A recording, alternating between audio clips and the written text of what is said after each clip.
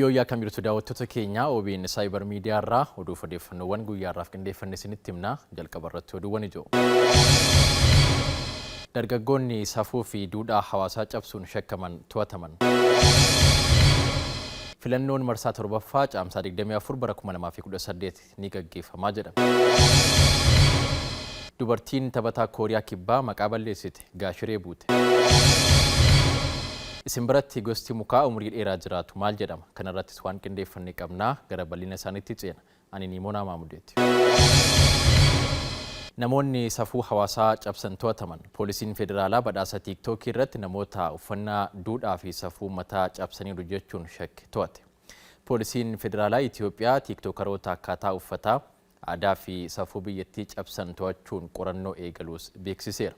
Namoonni kunneen uffata aadaa hawaasaa hin madaalle kan uffatan addabaabaayii fi sagantaa TV'n kallattiin uummataaf tamsa'anirrattidha jedhe. Dhiyoo kana Itiyoophiyaa keessatti yeroo sadaffaaf badhaasni TikTokaroota G-Power TikTok Creative Award jedhamuun qophaa'ee ture. Sagantaa dorgommii kana irratti ture TikTokaroonni hordoftoota baay'ee qaban uffata gosa garaagaraa uffatanii kan mul'atan.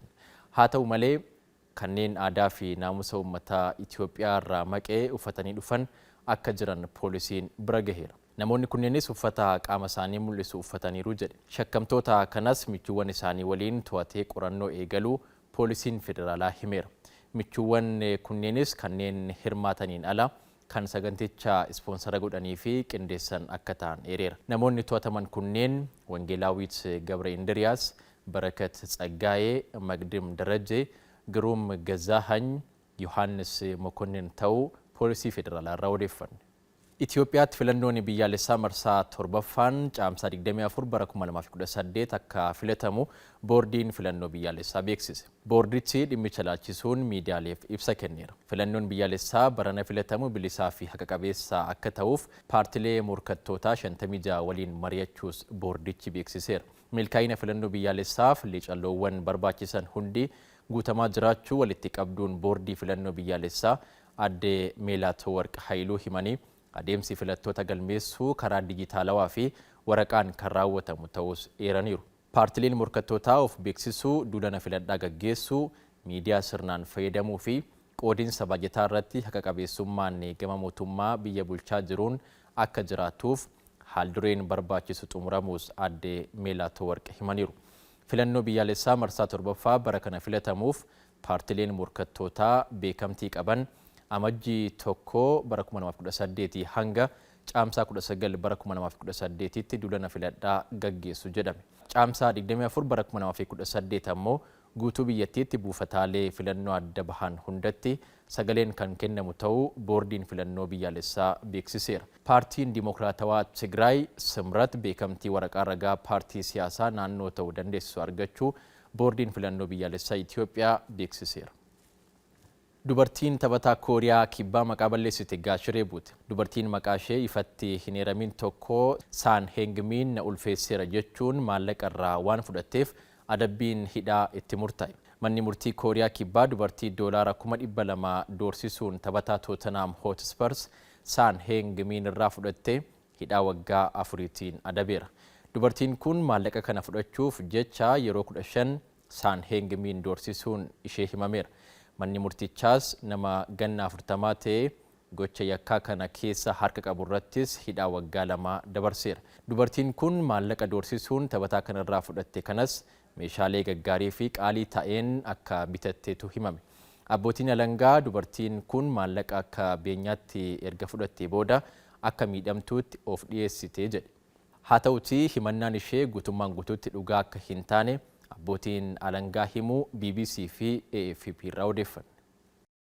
Isin biratti gosti mukaa umrii dheeraa jiraatu maal jedhama?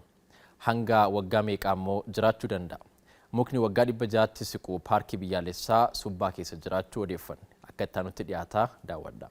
Umuriin muka kana yoo xiqqaate dhaloota 10 duubatti nu deebisa. Oromoon odaa, birbirsoo, ejjersoo jedhee ijoollee isaatti maqaa moggaasa. Kunis umriin mukkeen kanneenii dheeraa waan ta'eef dhala isaatiifis akkuma kana umrii dheeraa hawwuudhaan maarreen nutis qophii Cyber Tuuriin paarkii biyyaalessaa Subbaa daawwachiisuuf garasitti mallee gaattiraa biyya keessaa umriin isaa waggaa 600tti siqetti baane. Dhugummaa isaa manuuf namatti ulfaatus umriin muka kanaa qorannoon mirkanaa'u daawwachiisaa paarkichaa obbo Damee Dajaneetu nutti himan. Jaarraa 15ffaa keessa ka'umsi isaa kan jedhame qorannoon gaggeeffamaa. Qorannoon sun immoo warroomtii forestirii yookaan immoo warreen bosona baratanii umrii muka kanaa karaa saayinsawaatiin bira ga'aniiru jechaadha. Kanaaf umriin muka kanaa waggaa 600 siqeera gaafa jedhanii jaarraa 15ffaa yookaan immoo jaarraa 5 duubatti nu deebisa jechaadha. Ragaa qorannoon mirkanaa'in alattis seenaa mukkeen paarkii kana keessa jiranii dhaloonni walitti dabarsaa akka dhufe dubbatan. Amalli muka kanaa immoo mukkeen biroor umrii dheeraa kan akka gonfachiise eeran. Gaattiraan biyya keessaa kun dafeen guddatu. Suuta qancaraatuma deema. Akkasumallee immoo umurii dheerata jechaadha. Paarkiin biyyaalessaa Subbaa mukkeen raagan hedduu qabaachuu isaatiin paarkiiwwan sadarkaa ardii Afrikaatti jiran keessaa paarkii isa buleessa. Gaattiraa haadhoon jaarraa 6 fixuuf jedhu kun immoo addatti beekamtii kana kenneeraaf jedhu obbo Dameen. Paarkichumtuu paarkii umurii dheeraa lakkoofsa jedhamee kan waamsise keessa muka haadhoon isa kana jechuudha.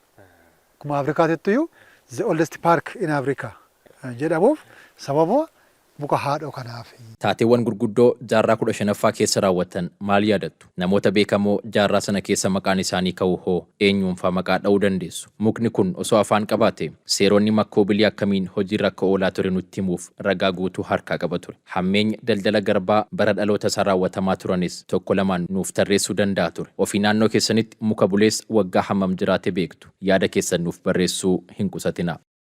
Kattaa leencaa dhagaan gooba baasee qabeenya uumamaa malalchiisaa of jalatti asii gad nama daawwachiisu aanaa Limuu Kossaatti argamuu argitanii yookaan dhageessanii beektu?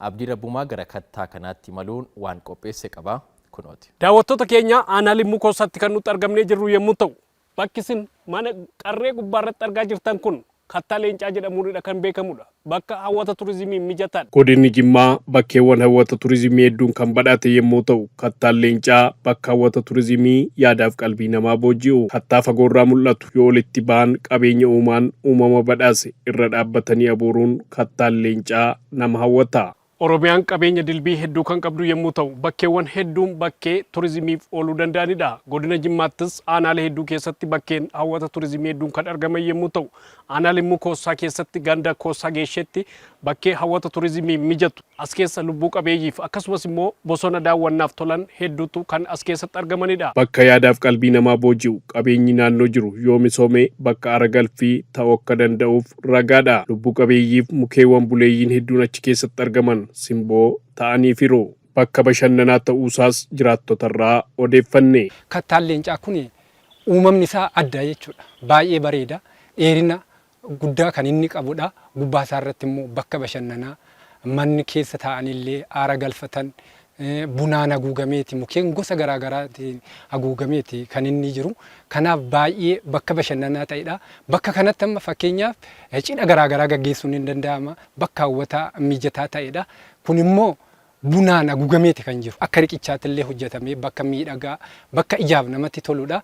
Kun immoo hawwata turizimii galii aanichaatiif illee iddoo olaanaa qaba. Turistoota biyya alaa biyya keessaa harkisuuf illee baay'ee miidhagaadha. Itti gaafatamtuun waajjira dhimmoota gurmaa'insaa aanaa Limuu Kossaa Aadde Aznaaquu Jaamboo qabeenya dilbii naannoo keenyatti argamu misoomsuu eegallee jedhan. Iddoowwan bashannanaas qabaas keessatti bunni bakki itti dhugamu bakki keessummaan gaafa dhufu ittiin simatamu bakka haara galfii danuu qaba jechaadha. Kana gaafa jennu dhaabbileen gurguddoon dhufanii kan iddoo kanatti daawwataa jiran kan iddoo kanatti bashannanaa jiran Jammarraayis Finfinneerraayis qaamonni garaagaraa dhufanii jiru jechaadha. Bulchaan aanaa Limuu Kossaa obbo Mustafaa Shariif qabeenya turizimii madda galii taasisuuf hojjechaa jirraa jedhan. Dhagaa guddaa walkaa baay'ee bareedaa kan turee fi naannoo sana kan dagatamee turedha.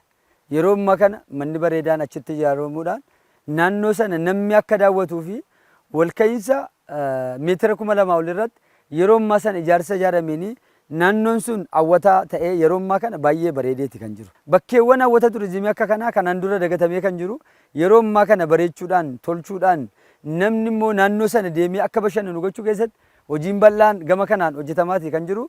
Qaamoleen abbootiin qabeenyaa hedduu nu deeggaruudhaan hawwanni turizimii galii qofatu hin taane bakka bashannanaa akka ta'ee fi namni hawaasni kan keenya bakka inni itti gammadu bakka itti waan gaarii arguu fi haalli qabatama miidhagina naannoo keenyaa qabatamaan iddoo itti mul'ate keessaa tokko akka godina Jimmaatti aanaa keenya keessaa. Daawwattoota keenya OBN Cyber Media irraa oduuf odeeffannoowwan guyyaa irraaf qindeeffanne xumurreerra isinis waan nu daawwattaniif hedduu isin galateeffanna yeroo gaarii qabaadhaa.